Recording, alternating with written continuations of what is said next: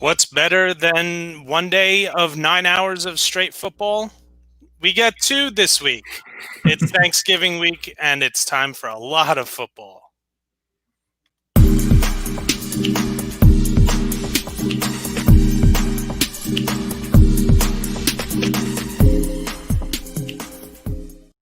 All right, welcome into a new episode of the Zero Technique Football Podcast. I am your co-host, Ryan Stern. Joined with me, as always, is Derek Mountain. How you doing tonight, Derek? I'm great. Turkey week, as you said. Yeah, and it was funny. I was talking with my wife earlier, and I was holding my 3.5-month-old son, who is obsessed with when football's on TV. He's glued, and I love it. And my wife hates it because my wife she is like the most disinterested person in sports ever, which is why the saying opposites attract. Yeah, when it comes to sports, we are as opposite as it comes. Don't let her sabotage. Oh no, she already has two girls that don't care about sports. Although my older daughter is going to be playing hockey for the first time this year. Oh, so nice. Yeah, so I'm psyched about that, and she's actually a pretty good soccer player, which kills me because soccer is the one sport I know nothing about. Yeah, I mean, same with me and my older brothers. Just never played soccer in our family. Only football. Yeah, football, hockey, and baseball were my three growing up. And then when I was in college, me and my roommate would or not my roommate, but he lived right next door to us. But we literally went to the gym and played basketball every day. Oh, pick up the best. It was the best, and yeah, I mean, so I did have some portion of all four of those major sports, but I never grew up playing football. Aside from pickup, I never played organized. I've played flag at in men's leagues, but that's the extent. But I've always been around football. Football was the. I've been going to games again. I was born in 1982, just as the Giants.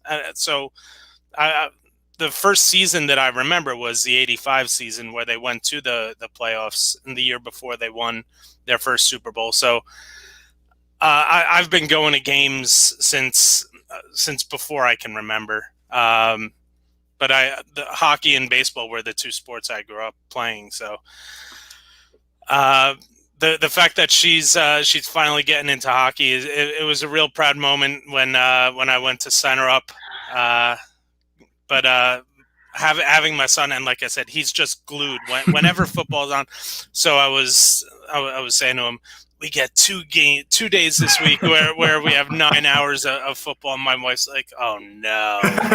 She's like, I'll be in the other room. I said, on Thanksgiving, it's mandatory that every TV has football on it. So. It's true. It's a tradition. It's just a fact. Absolutely. So what we're going to open up with today is our favorite Thanksgiving moments with the NFL. And then we're going to get into our Week 11 takeaways and then our Week 12 picks. We got a lot of picks to make this week since we have the 3 Thanksgiving games. Then we'll do the Giants and Eagles and Sunday night and Monday night. So a healthy portion of picks for us this week. So as always, make sure you're following Backsports Page on all social medias at Backsports Page. Go to the website, backsportspage.com. You can check out all the great content, including Derek's power rankings and archives to all the great shows that we got going on, including the great Seth and Sean. They were on earlier today.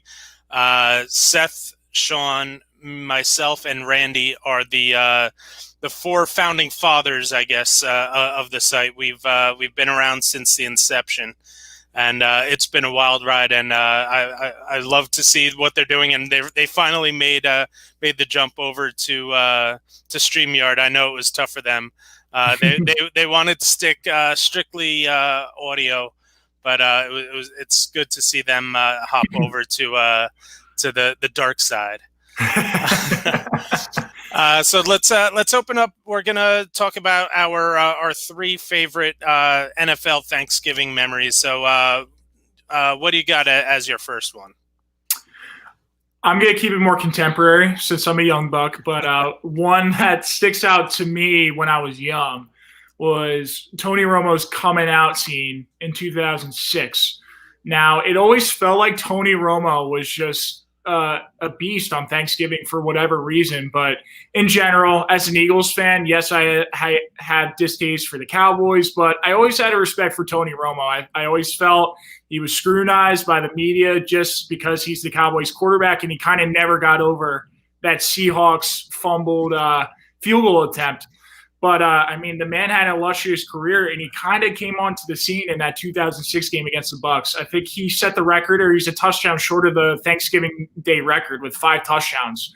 And you still didn't really know who this guy was. Undrafted FCS guy out of Eastern Illinois, and he's replacing Drew Bledsoe.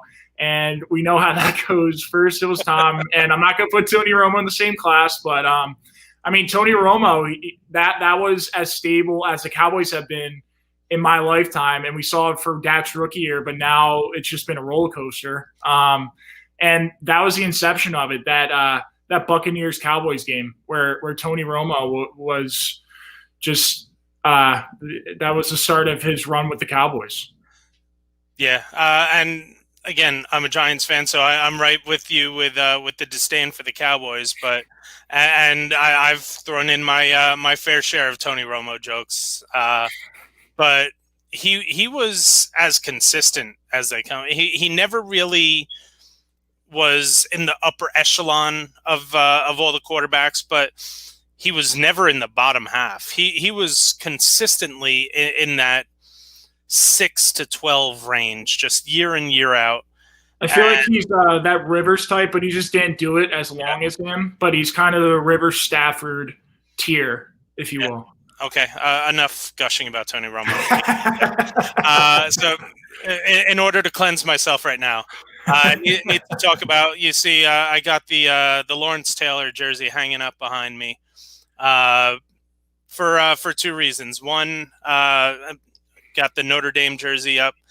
Next to it, got Notre Dame against North Carolina. Big game. Trap game. Yeah, I don't know. Big game this Friday. Sam Howell's, he scares me. That's going to be a good one. He scares me. Yeah. But the other reason is because of Lawrence Taylor's performance 4 weeks to the day after I was born. In 1982, he had sprained his knee 4 days prior to the game in a game against Washington, and didn't play in the first half because then coach Ray Perkins and defensive coordinator Bill Parcells were they just wanted to be a little bit more cautious about with their reigning defensive player of the year from 1981, and so he didn't play in the first half. And in the that he said something in the second half. The Giants they could not do anything. Their offense was atrocious. They were losing 6-0 at the half, and they finally inserted Lawrence Taylor back into the game. The first series that he plays, he bull rushes the left tackle, forces Lions quarterback Gary Danielson into a rush throw that Carl Banks intercepts, and the Giants offense stalls. They go 3 and out, kick a field goal at 6-3. Very next possession, they're like, all right, well, we can't pass with LT out there. So they hand the ball up the middle to Billy Sims. After setting the edge, he pops inside and forces a fumble on Billy Sims. Van Pelt picks it up. Again, Giants offense goes nowhere, 3 and out, kick a field goal, 6-6. And then the teams just trade punts throughout the next quarter or so. Late in the fourth quarter, the Lions are actually moving the ball. They have an 80-plus yard drive. They're down to the Giants 4. and Danielson tries to throw a little out pattern that Lawrence Taylor picks off, runs 97 yards for a touchdown. The Giants offense gained 27 yards in the second half, and they were down 6-0, and they won. The only touchdown of the game was that interception returned by Lawrence Taylor. It was one defensive player literally was the reason for all 13 points the Giants scored. And as a Giants fan, again, it's not something that I remember because, again, I was 4 weeks old. I didn't watch it live, but I've been a part of those highlights. And there was also one of his most iconic sacks was he comes off the right edge, and the guard tries to push him outside, and he just reaches out with one arm and drags Danielson down by the jersey. I mean, this guy, Lawrence Taylor, to me, is one of the top 5 football players that ever played the game. And his real breaking out party came in the national spotlight there on Thanksgiving in '82.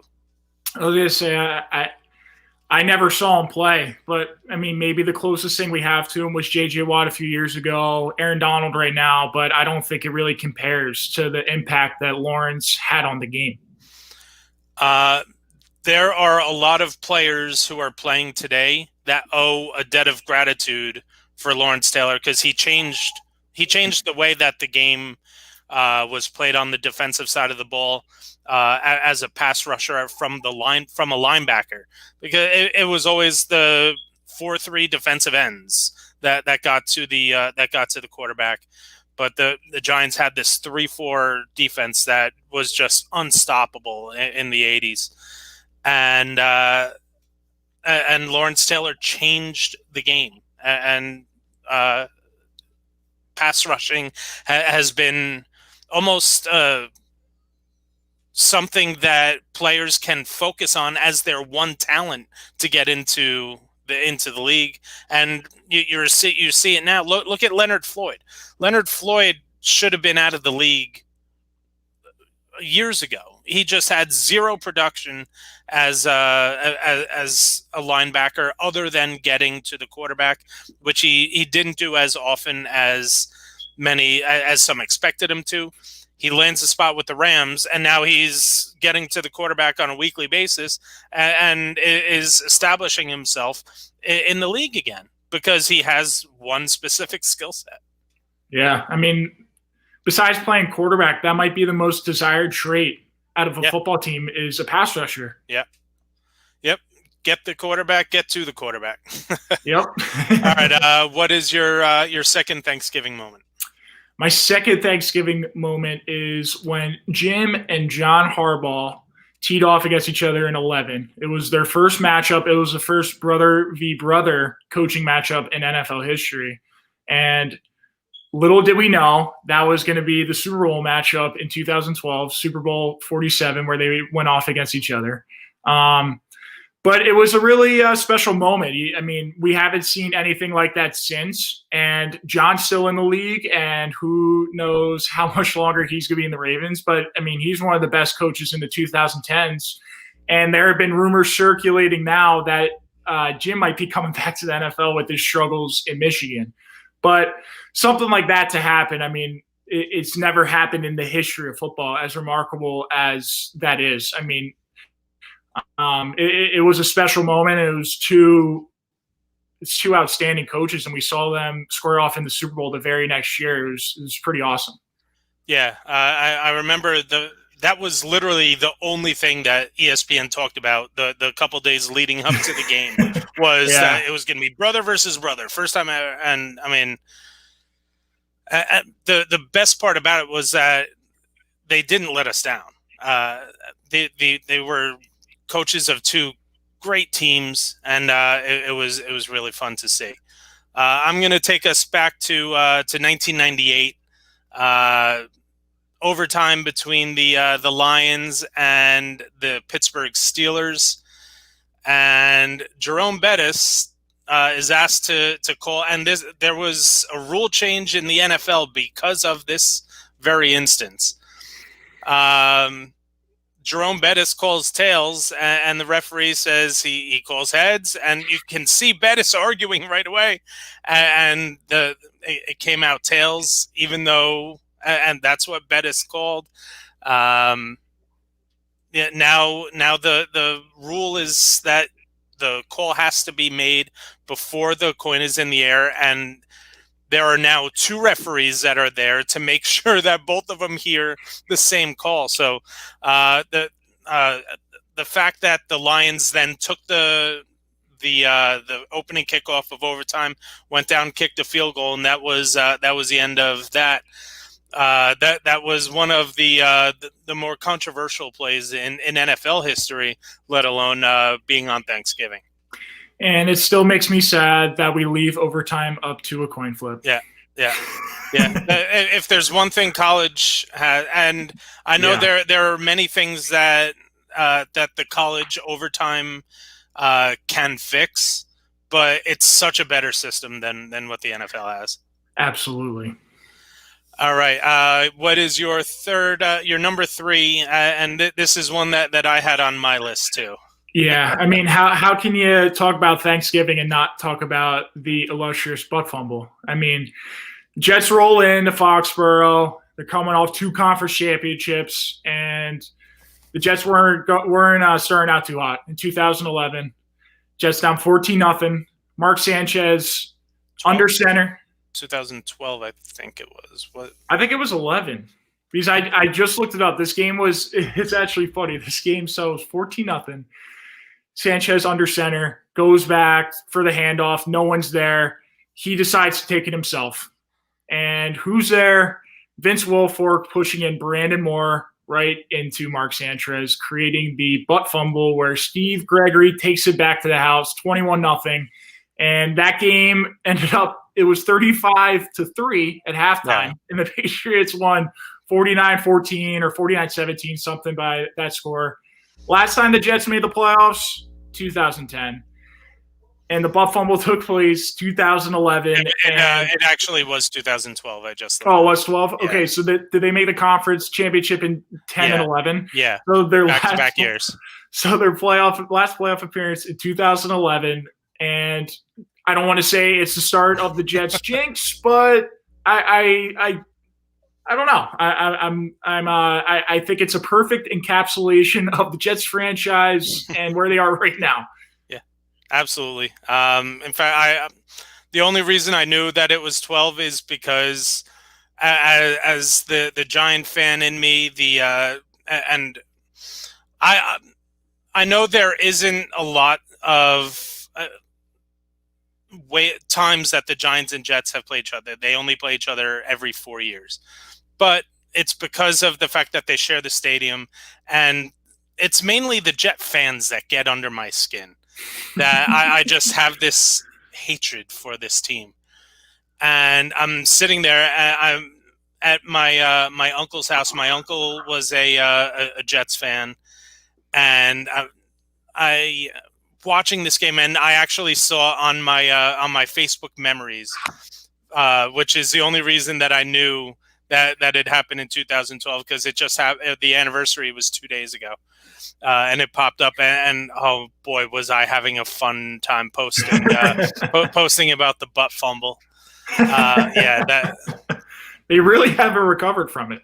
So the fantasy league that I'm the commissioner of. The name of the league is the Bumbling Stumbling Butt Fumblers. Yeah, so I mean, I'll never let any Jet fans let it down. So as you shouldn't. Yeah.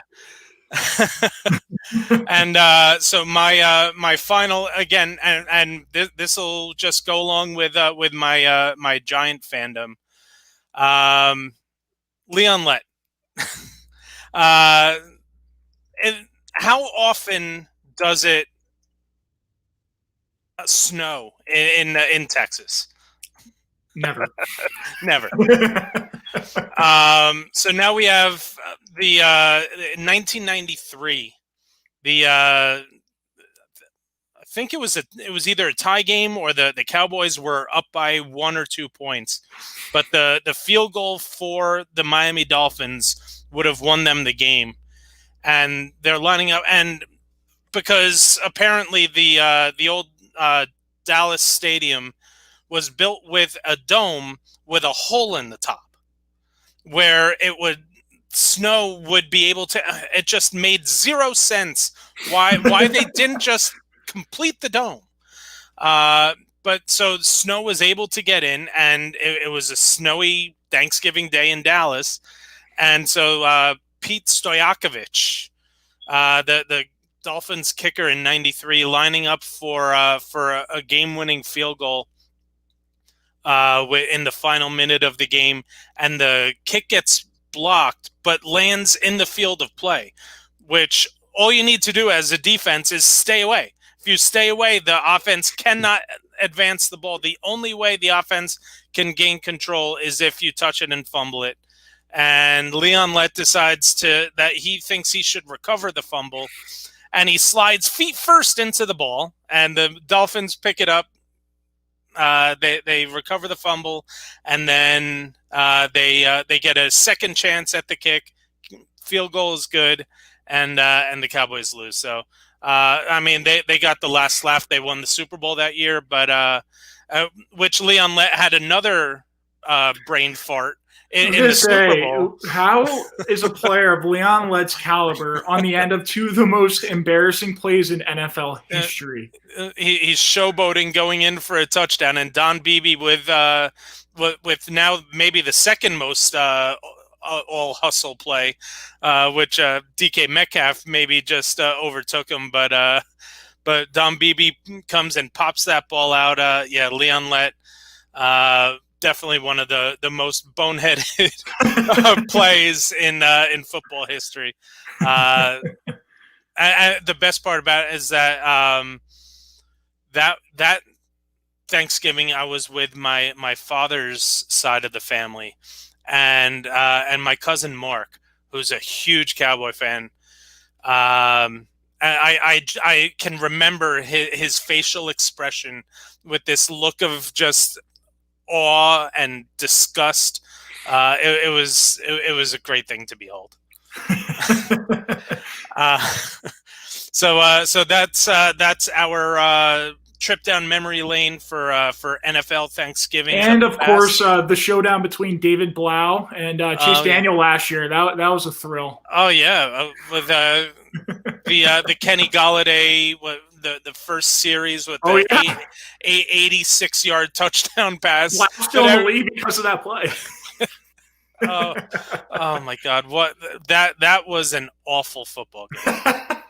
And this year we get Andy Dalton, Alex Smith, which would have been great like 5 years ago. But they'll be fighting for first place. That's where we're at. The winner of that game will be in first place. Unbelievable. We don't know for how long, but the winner of the Cowboys Reds football team game will hold the NFC East lead at the time. So, hey, you can't ask for more than a first place battle on Thanksgiving. Exactly. All right. So now we're going to get into a little bit of news before our takeaways. And speaking of the Cowboys, one thing that happened today is something that Sports Illustrated should really be condemned for. Cowboys strength and conditioning coach Markus Paul had a medical emergency at the facility right before practice, and again, judging from the reports, it sounds like like a heart attack, but we don't know for sure. Nothing's been released, but Sports Illustrated decides that they're going to go on from an unconfirmed source to release that he had passed away, and about a half hour later retracted it. And in today's social media driven world, all of these media outlets are trying to be the first. They don't care. It's not about being right to them. It's about being the first. And to put someone's literal livelihood in the limelight is just something that is so atrocious and sickening.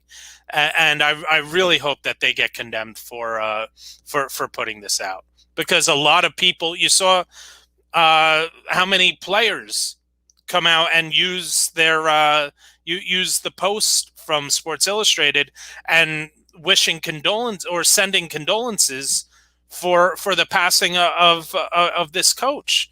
It's just awful how these media outlets are able to control everything.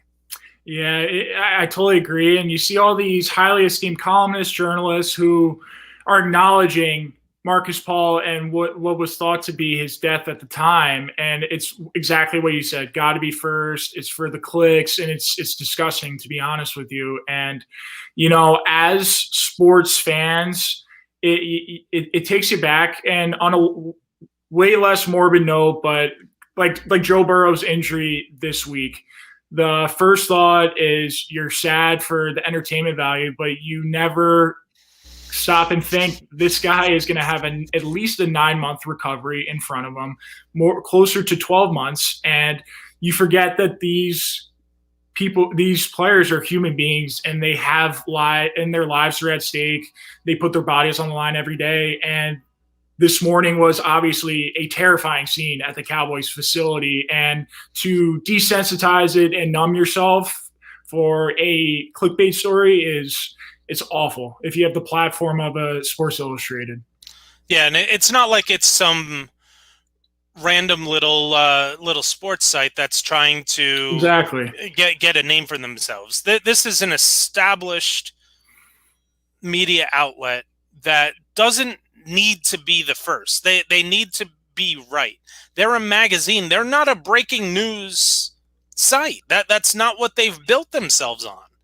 But in today's social media driven world, that it's now what's expected of these companies. And as someone who's part of the tiniest bit of sports media that we are, I feel that getting things right is a hell of a lot more important than getting things first. Absolutely. And then the other bit of news is, again, it's something that we're talking about almost weekly, but now it could affect a Thanksgiving game, and that's the Ravens COVID outbreak. I know we heard about both running backs, J.K. Dobbins and Mark Ingram, yesterday tested positive, and now it's up to 5 players and 5 coaches. This is. I know that the NFL I think they're trying to sleep on it and maybe see if there are any more. I think if the Ravens come out and one more positive test comes out tomorrow, we're going to be out of a Thanksgiving night game. Yeah, and it's crazy because we've gotten to this point. If we experienced this a month, 6 weeks ago, like we did with the Titans, it would have been mayhem. But now, I mean, you hold your breath every week, but we're used to it at this point. And we'll see what the results are tomorrow. But I mean, I agree with you. We'll be within 48 hours of the game. Yeah. So to think that the show will go on, I understand that it's Thanksgiving, but I mean, this is probably the most serious outbreak we have seen for COVID in recent memory in the NFL, especially this close to game time. Yeah, and also, and you talked about the Titans. These tests came out right after the Ravens played the Titans, and I know that the NFL is monitoring closely what's going on with the Titans, but who knows when these players contracted it? Was it someone in the Titans building that maybe there's a chance that spread happens after we hear about everything with the Ravens? This is not something that we're looking forward to, or that we were hoping for, especially when we're getting this AFC North, the top two teams in the division. Well, actually, the Browns are now in second place, a game ahead of the Ravens. Who would have thought the Steelers would be 4 games ahead of the Ravens on Thanksgiving? Yeah. Unreal. And this, I mean, to be honest, this is a must-win for the Ravens. Oh, yeah. They're outside the playoffs right now. Yeah. And for the Ravens to be outside the playoffs with an additional team, because there are 7 this year, just makes this game even more important for them. And one of their identities is the run game, and they're going to be without J.K. Dobbins, who has really made a name for himself over the past couple of weeks and established himself as the guy in the Ravens running game. So, it leaves Gus Edwards and Justice Hill as the only 2 guys that they can rely on. So, even if the game does get played, how are these 5? And we'll talk about this in our pick segment. But having 5 players out is in this year where you can literally only go to your practice squad and not look for a free agent on the street because they're going to have to go through COVID testing protocols. So, it's not something that we were hoping for when approaching the Thanksgiving game. So we're going to get into our Week 11 takeaways. So we're going to go 2 of them tonight because we have a lot of picks to get to. So what's your first one? I'll stick with Thanksgiving. Will it be Matt Patricia's last game as the coach of the Lions on Thanksgiving? It very well might be. A lot of people were calling for him to get fired after that embarrassing loss to Carolina this past week. Now, it's not an ideal situation to fire him going into the short week, so you can't. That's not a realistic possibility to fire him going into this game against the Texans. But look, Patricia's been underwhelming and underachieved with a capable roster. I understand they were without DeAndre Swift and Kenny Golladay, but that's not an excuse. They played a Carolina defense that hadn't forced a punt and gave up over 500 total yards to the Buccaneers the week before. And they come out, and in Matt Stafford's 11-year career, he gets shut out for the first time last week. I mean, it's awful. On top of that, Patricia's supposed to be a mastermind on the defensive side of the football, and he's never figured out the Lions defense in his 3 years there. With Jim Caldwell there, he made the playoffs twice in his 4 years. He won 9 games going into his last year. They fire him. They say he's not good enough. We're not going to stand for average to above average in the Lions. We want better than that. And Stafford's not getting any younger. And what has Patricia done? He's 13, 28, and 1. And I think he's fighting for his job on Thursday. As simple as that. You come in and you lose to the Texans. You have 10 days to get an interim acclimated and put in whatever adjustments they would have put in for their next game. And they evaluate whoever they would appoint, whether that I think Darren Bevell would be the obvious choice, but I'm not sure.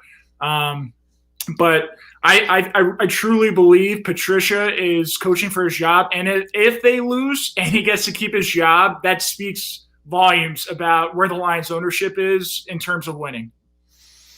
Yeah, I mean, thank you, Matthew Stafford, for making my stud pick of the week really blow up in my face. And I did have one league that I started Stafford over Jared Goff and lost by 2 points. Yeah, that's brutal. Watching.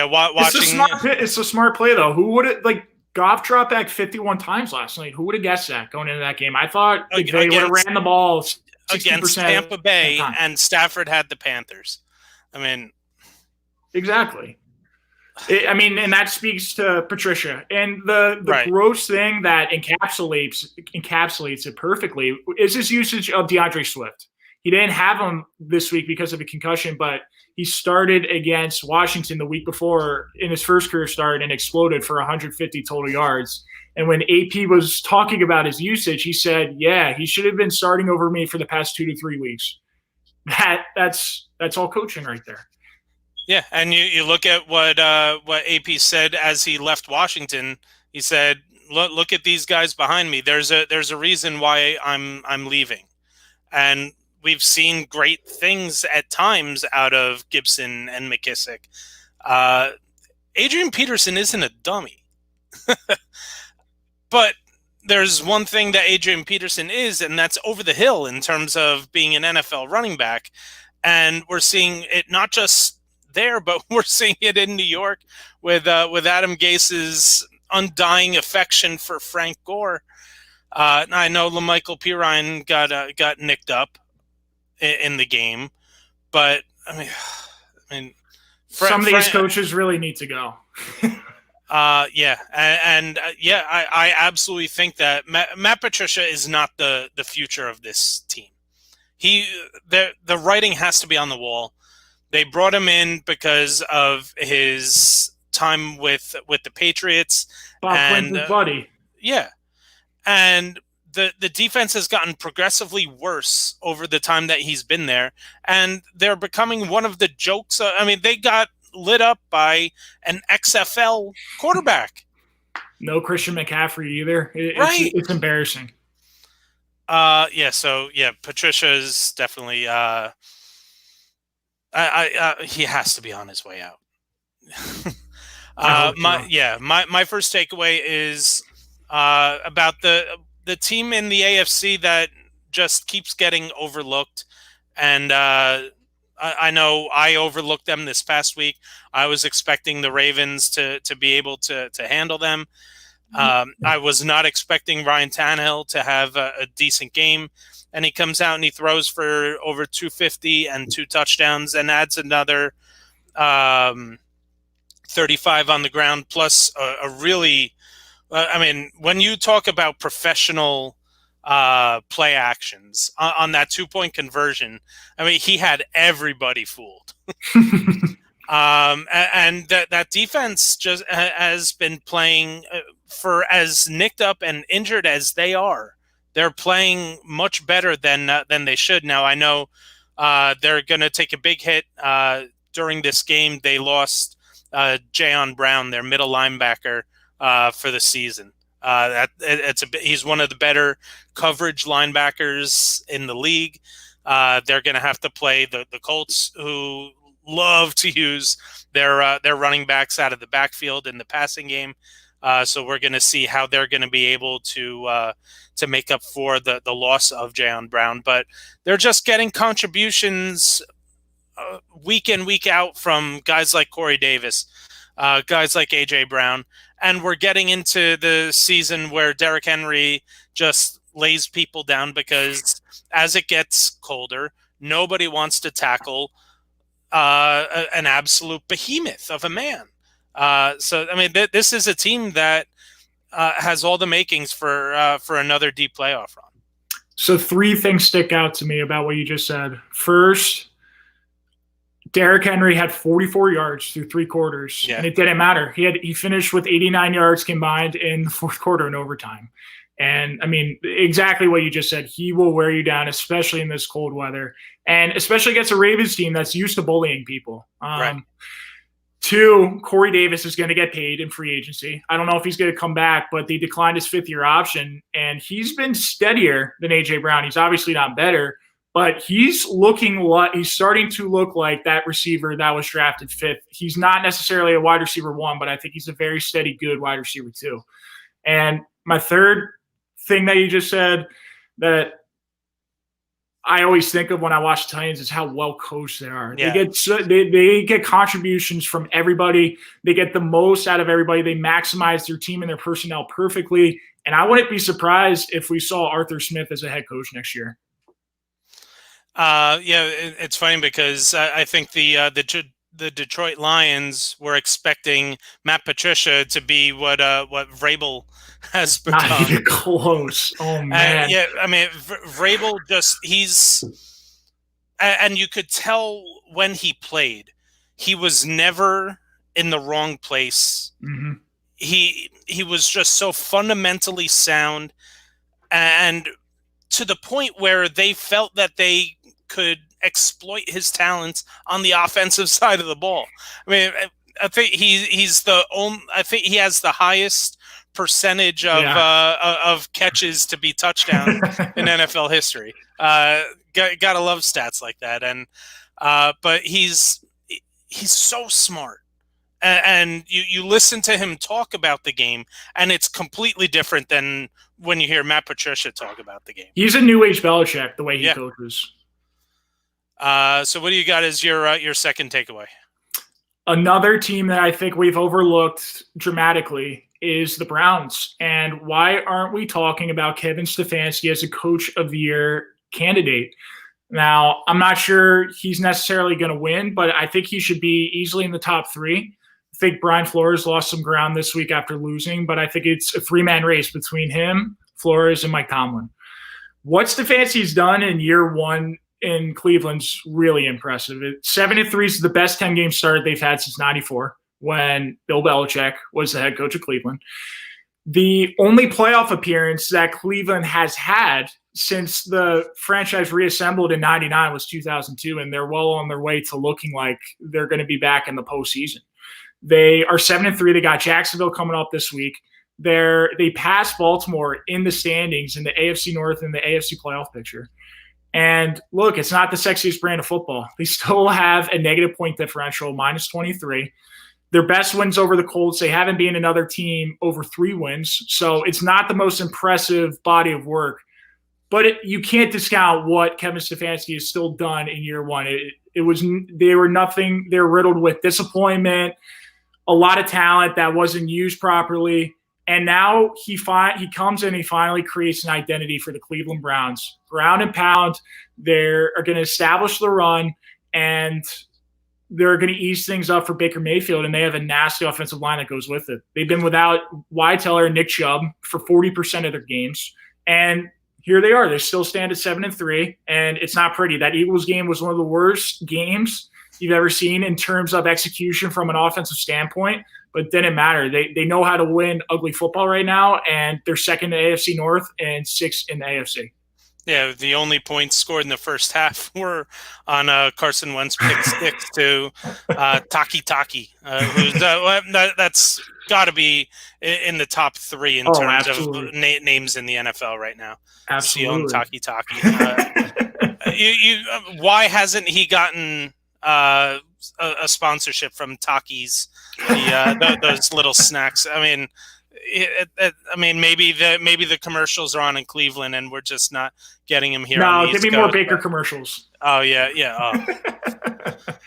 They're not as bad because they're good this year, though. They're not as bad because they're good this year. But look, you can laugh at Baker all you want, and I think Dak still has more passing yards than him, but he hasn't turned the ball over in 3 straight games in their weather games, and he's doing what he's supposed to do. He's not turning the football over, and he's completing passes when he's asked to, and it's not pretty football. But what Kevin Stefanski's done in year 1 is really impressive.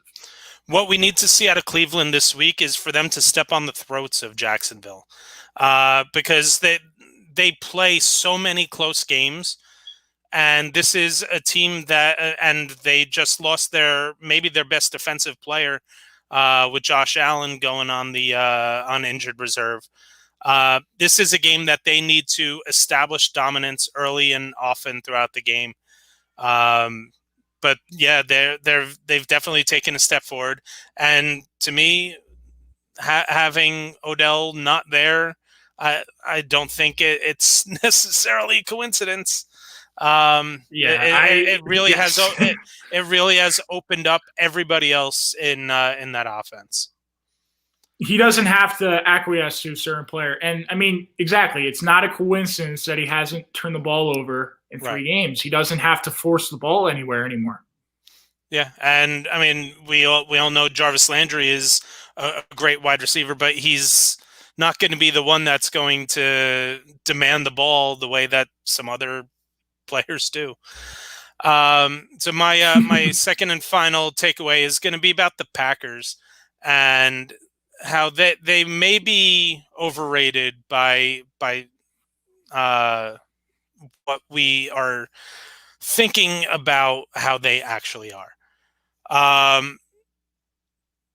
Aaron Jones in a close game and a game where you're winning by 2 scores in the second half cannot have a total stat line in terms of rushing as 10 for 41 yards.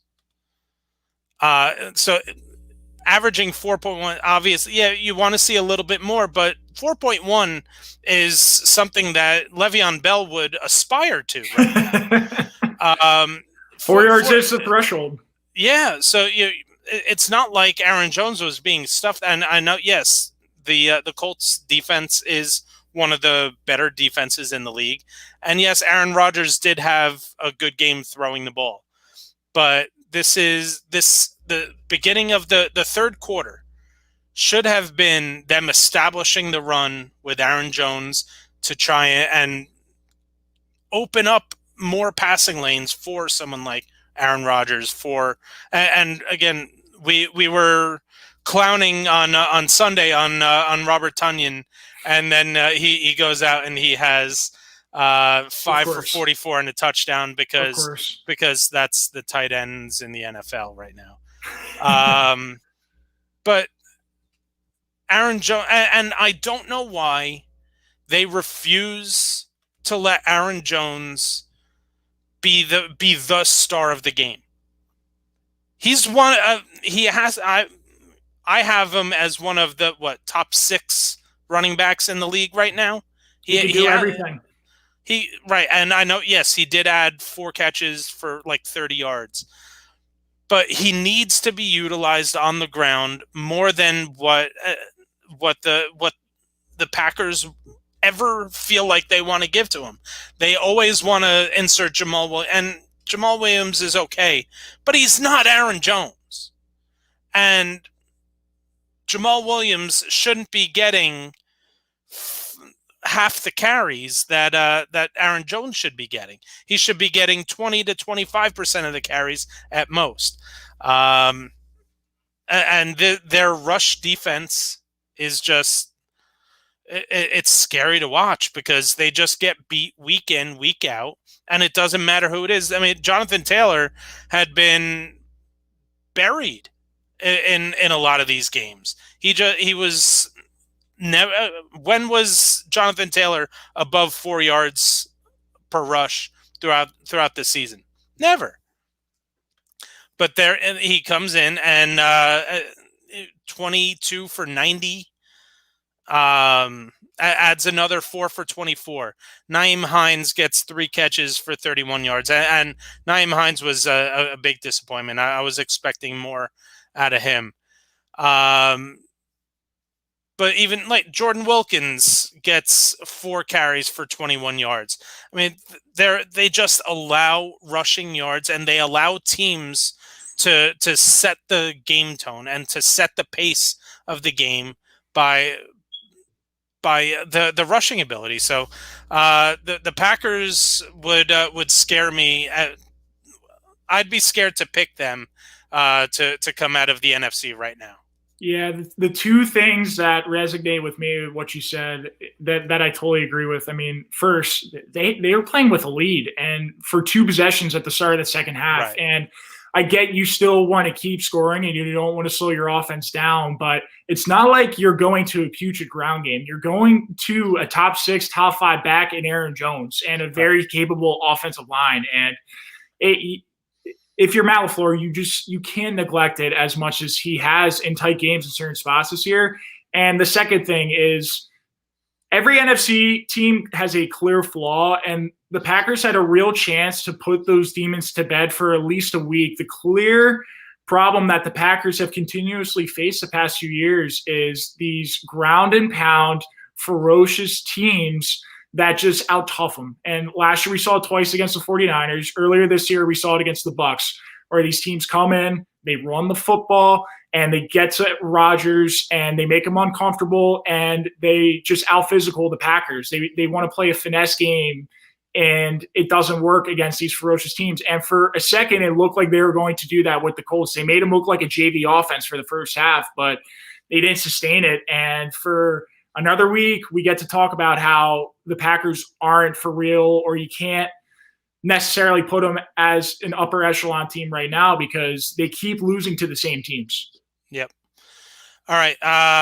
We got a lot of picks to make, so let's get into that. All right.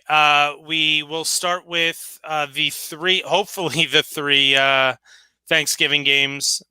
So we have the Houston Texans as the road favorite, 3 points over the Detroit Lions, 12:30 in Detroit. I mean, off everything I said, I can't pick the Lions. I mean, come on. But the Lions have nothing going for them, right? I mean, after what Deshaun Watson just did on Sunday to New England, he very well could be a top 3 quarterback in the league right now. We're just not talking about it because he's lost in Houston on that poor franchise. But the Lions haven't given us any reason to think that they're going to contain him to under 30 points, under 28 points on Thanksgiving. So I think they're going to have a tough time containing him. And look, I think the players read their press clippings. They know it's very imminent that Matt Patricia could be on his way out. And I don't see those players necessarily defending him and going out and fighting for that coach. There have always been rumblings of players having issues with Matt Patricia and that administration ever since he came there. So I actually expect Houston in a pretty easy game. Yeah, I'll easily lay the 3 in this one. The biggest thing for me with the Lions is does Kenny Golladay play? Because Matthew Stafford is such a different quarterback when Kenny Golladay is out there and healthy. And even if he is out there, who knows how healthy he's going to be right now. I'm not sure he makes such a huge difference. And I would the line is 51.5. Give me the under because I just don't see, even with a juicy matchup that the Texans defense presents you. I just right now you cannot trust the Lions offense to and is put up Swift even going to play? He was limited in practice today. Tomorrow is going to be really important for that determination. All right, we've got the battle for first place in the NFC East. Oh man, the Dallas Cowboys are 3-point favorites over the Washington Football Team. 4:30, and the over right now is at 46 points. Both these teams are sneakily trending up, I think. Yeah. Dallas the past 2 games against Pittsburgh, and then this past week they surprisingly upset Minnesota, and Minnesota had won 3 straight coming into AT&T. Dallas has actually put some decent games together, and their defense doesn't look like a historically worse defense. It's still a below average defense, but I don't expect Alex Smith and Washington to pick them apart. Just going off your point in the Detroit game, I would pick the under in this game too. What is it, like 46? 46. Yeah, I would also lean towards an under in this game. I think both teams are playing pretty good defense, and they're going to try to slow the game down. And I'm going to lean towards Washington just because of that pass rush against that Dallas O-line. But I think it's going to be a really tight game. I'm actually going to take the Cowboys in this game. I was expecting a lot more out of Washington against Cincy, and especially after Joe Burrow goes down. There's no way that game should have been within 11 points. The Washington defense is pretty good, but I think with Andy Dalton, it brings a sense of balance to the Dallas offense.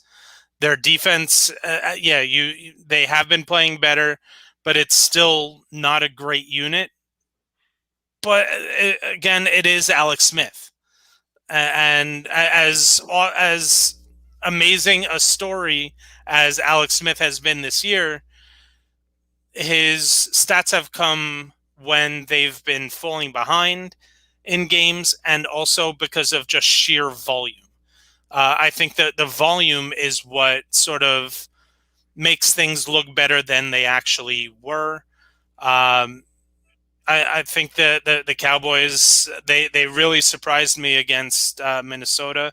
I think they continue that. So I'm going to go with Dallas in this game. And then hopefully we have on Thursday night the Ravens and Steelers. Right now, the Steelers are 5-point favorites, and this is a 45-point over/under.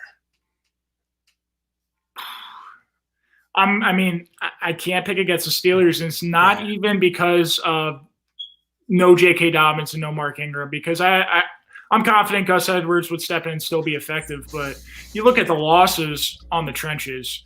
You have Marshall Yanda, which they never looked right in the beginning part of the season. Then Ronnie Stanley a couple weeks ago, one of the best, most promising young tackles that had signed one of the richest offensive line contracts in NFL history, goes down, and he gets a compound fracture in his ankle. And then we see Nick Boyle go down last week, one of the best blocking tight ends, and he's absolutely integral to their read option game with Lamar Jackson. It's 3 huge pieces to what the Baltimore Ravens had been doing on offense last year to their success. And, we talk about it every week, but it still doesn't look right. And on defense, they're without Calais Campbell and Brandon Williams in the interior. The Steelers managed to keep most games close except for the last 2 weeks. They've taken care of business. I still expect it to be close because it's a divisional game and Baltimore has to play desperate. But I don't think they have enough juice, enough firepower to overcome Pittsburgh. Yeah, I'm also going to take Pittsburgh. It's no coincidence that the Ravens have lost 3 of the 4 games since they lost Ronnie Stanley. Having that linchpin on the left tackle is so important, especially when you have a quarterback who is trying to make things happen, to extend plays in the pocket, outside of the pocket. You need to have that blindside protection, and it's just not there. I'm also going to take the Steelers, and I'm actually going to take the over. I think even though we've got 2 defensive-oriented teams, they put up a bunch of points the first time they played, and look, Gus Edwards, even as a second fiddle in that first game they played, still rushed for over 80 yards on 16 carries. So. I think Gus Edwards is more than capable of being a bell cow for this game, but I will take the Steelers as well. All right, then we move to Sunday, and we'll play our Giants and Eagles games. Since all you guys play Monday night, so we'll take care of you last. So the Giants go into Cincinnati. The over-under right now is set at a whopping 42.5 points. Yeah. Here's the thing, though. There's one reason why it's 42.5, and it's 2 words, and that's Ryan Finley. Yeah. Does Cincy score over 17? The Giants are favored by 5.5. That's telling you all you need to know about Ryan Finley is the Giants shouldn't be favored by 5.5 over anybody in the NFL. And the Giants are favored by 5.5 on the road. And I'm laying the 5.5 because the Giants defense continues to be one of the better surprises in the league for me. And I just don't see any way the Bengals can put up more than 14 points. Yeah, I totally agree. Look, we all knew it was inevitable, and we had hinted at it. But what happened to Joe Burrow was, it's really sad. But he covered up a ton of their flaws in the offensive line. His ability to get the ball out quick and extend plays with his legs.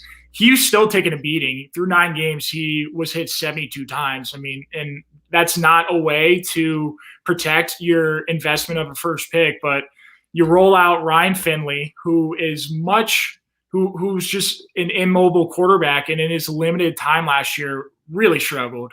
And you said it perfectly. The Giants D-line has been really good. It's been a pleasant surprise, and the Bengals O-line's been really bad.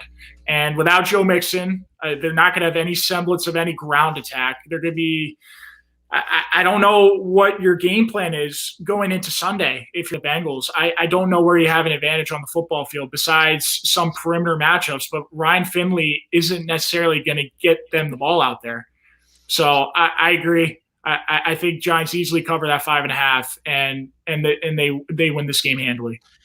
And you look at it from a fantasy standpoint, and you had multiple players from the Cincinnati offense that you could plug into your lineup week in, week out. You could easily have plugged T. Higgins. Tyler Boyd is an established star. I mean, maybe the most underrated star wide receiver in the league. AJ Green had been usable. Whoever the healthy running back, whether it be Mixon or Bernard, you could put, and you can't trust them with Ryan Finley this week. And I mean, especially when you look at, Tyler Boyd's probably the safest option, and he's going to get the James Bradbury treatment this week. And Bradbury's been as consistent a cornerback there has been in the league. So, this is and as awful as it sounds, these are the games the Giants end up losing because that's what happens. But I just don't see it happening with Ryan Finley. And they're trending up. I think Joe Judge really has them going in the right direction. I had my questions after their 1-7 start. They won 2 straight. Daniel Jones has been turnover-free those 2 games. Hopefully he builds on it after the bye. Yeah, and again, right now in with the way the NFC East is shaping up, if you can get to 6 wins is probably going to win the division. Which means, and the Giants have 3 winnable games and 3 games that you are assuming they lose, which is Baltimore, Seattle, and Arizona.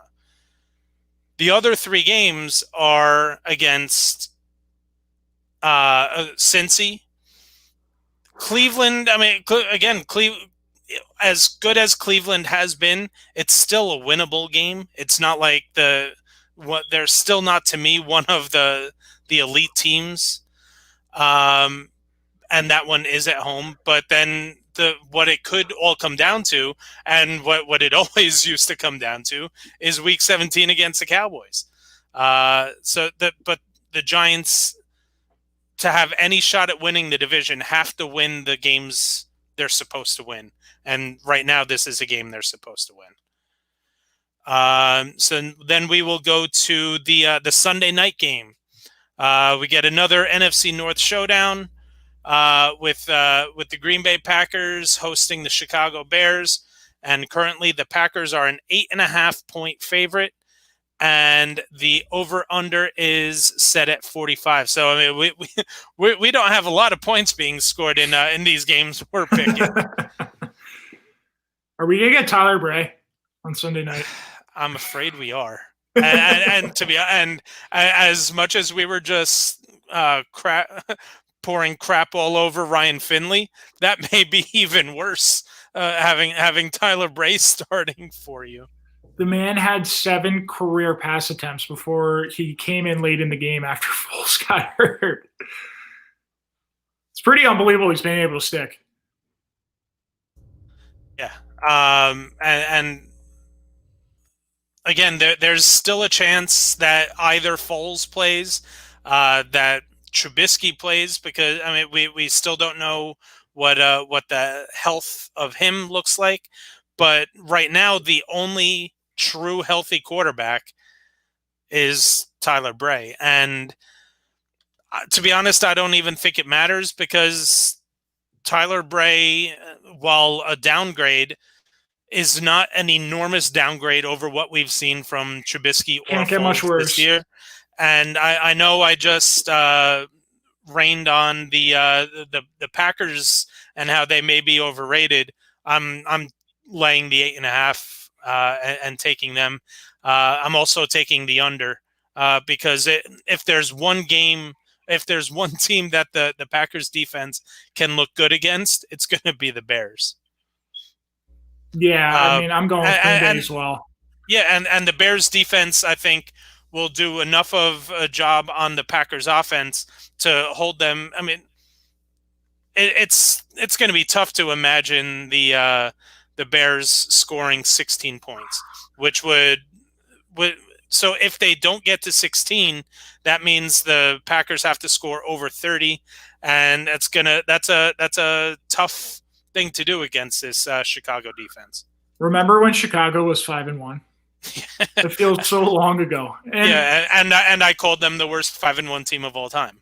And they were. I mean, and nobody bought into them, rightfully so. But I mean, imagine if they had an average offense with an above-average ground attack. This team would be a real player in the NFC. But it's an abysmal offense. It might be the worst in all of football besides the Jets. And look, it would be a juicy matchup to pick them over the Packers if they could run the football. And if their offense wasn't an absolute dumpster fire because they're physical, their defense keeps them in every single game. It's a stout defense, but I don't see Aaron Rodgers losing 2 in a row, especially going to primetime divisional game. I think the Packers lay it on in this game. Yeah, and again, it's not about how you play them, but a lot of times it's about when you play them. Look at the Giants. The Giants played the Bears early in the season before they had their offense or defense really established, their systems established. And I mean, and they had held Chicago scoreless in the second half of the game. They just they fell 10 yards short of winning that game. You put that game this week. Put the Giants and Bears on the field this week. Who are you picking? Oh, the Giants. You're picking the Giants this week. So, it's not always about how you play somebody, but it's when you play them. All right, let's wrap it up with Monday night. Your Philadelphia Eagles hosting the Seattle Seahawks. The line right now is set at 51 points, so we may get some points there, and the Seahawks are favored by 5.5.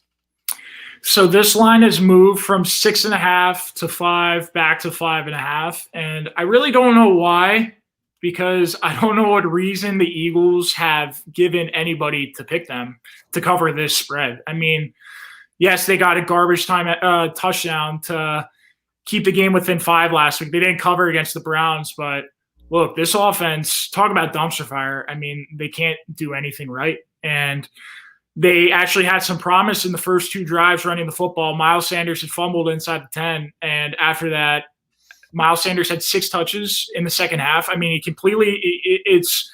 it's the same story every single week. Doug Peterson abandons the run, and Carson Wentz is back there running for his life, and the awful decision maker he is, especially this year, is exposed to the highest degree.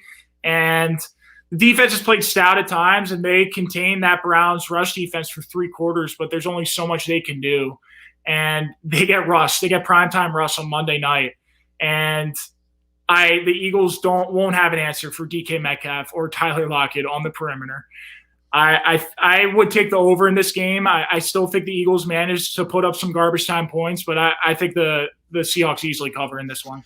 Yeah, this is a Seahawks defense that, yes, they have played better over the past couple of weeks, but it's tough to play worse than what they did over the first 6 or 7 weeks of the season. So I'm not afraid of the Eagles putting up a dud the way that they did really against the Browns or the Giants over the past 2 weeks. I still think that they can get to 20, 24 points, but I don't see any way that this defense right now, and who knows if Fletcher Cox is going to play. He's the linchpin to that defense. He's the heart and soul of that defense. If he's out, I mean, and it looks like Chris Carson's going to be back, so that's just going to add to the balance of Seattle's offense. I don't see any way the Seahawks score less than 31. So I will take the over and the Seahawks to cover as well. That's going to do it for this week's show. Want to thank everyone for tuning in. Again, make sure you're checking out backsportspage.com for all the great content, including Derek's power rankings and the archives for all the great web shows and podcasts that we got up there. Tune in Sunday to BSP Sunday Morning Fantasy. So make sure you're clicking that subscribe button so you know when we are going live, whether it be on Facebook or on YouTube. Derek, hope you have a great Thanksgiving. Quick recovery. I know you're having something done on your back. I'll be okay. I'll be ready to watch the games on Thursday. All right, that's what I want to hear. That's what I want to hear. All right, everyone, enjoy your Thanksgiving. Have fun watching. Hopefully, 3 games of football, and we will see you for the Zero Technique Pod next week, and Sunday morning for the fantasy show. Thanks again for tuning in.